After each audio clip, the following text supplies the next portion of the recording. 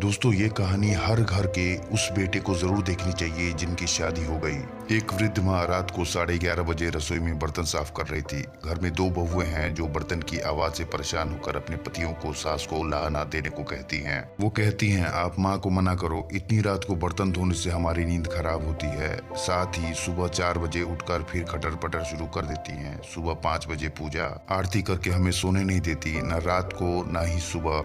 जाओ, सोच क्या रहे हो, जाकर माँ को मना करो।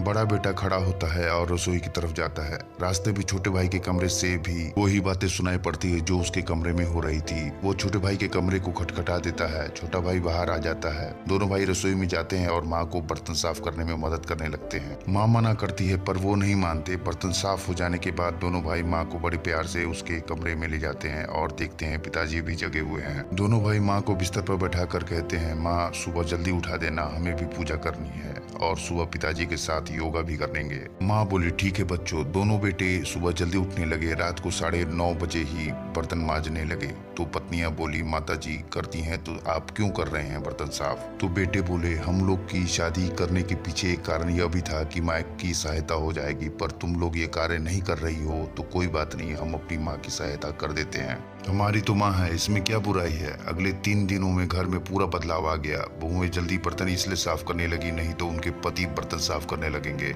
साथ ही सुबह वो भी पतियों के साथ ही उठने लगी और पूजा आरती में शामिल होने लगी। कुछ ही दिनों में पूरे घर के वातावरण में पूरा बदलाव आ गया। बहुएं सास ससुर को पूरा सम्मान देने लगी। माँ का सम्मान तब कम नहीं होता जब बहुएं उनका सम्मान नहीं करती। माँ का सम्मान तब कम होता जब बेटे माँ का सम्मान नहीं करते या फिर उनके कार्यों में सहयोग नहीं करते हैं। बेटे अगर माँ बाप की इज्जत करेंगे तो बहुओं को इज्जत तो करना ही पड़ेगा, झक मार के।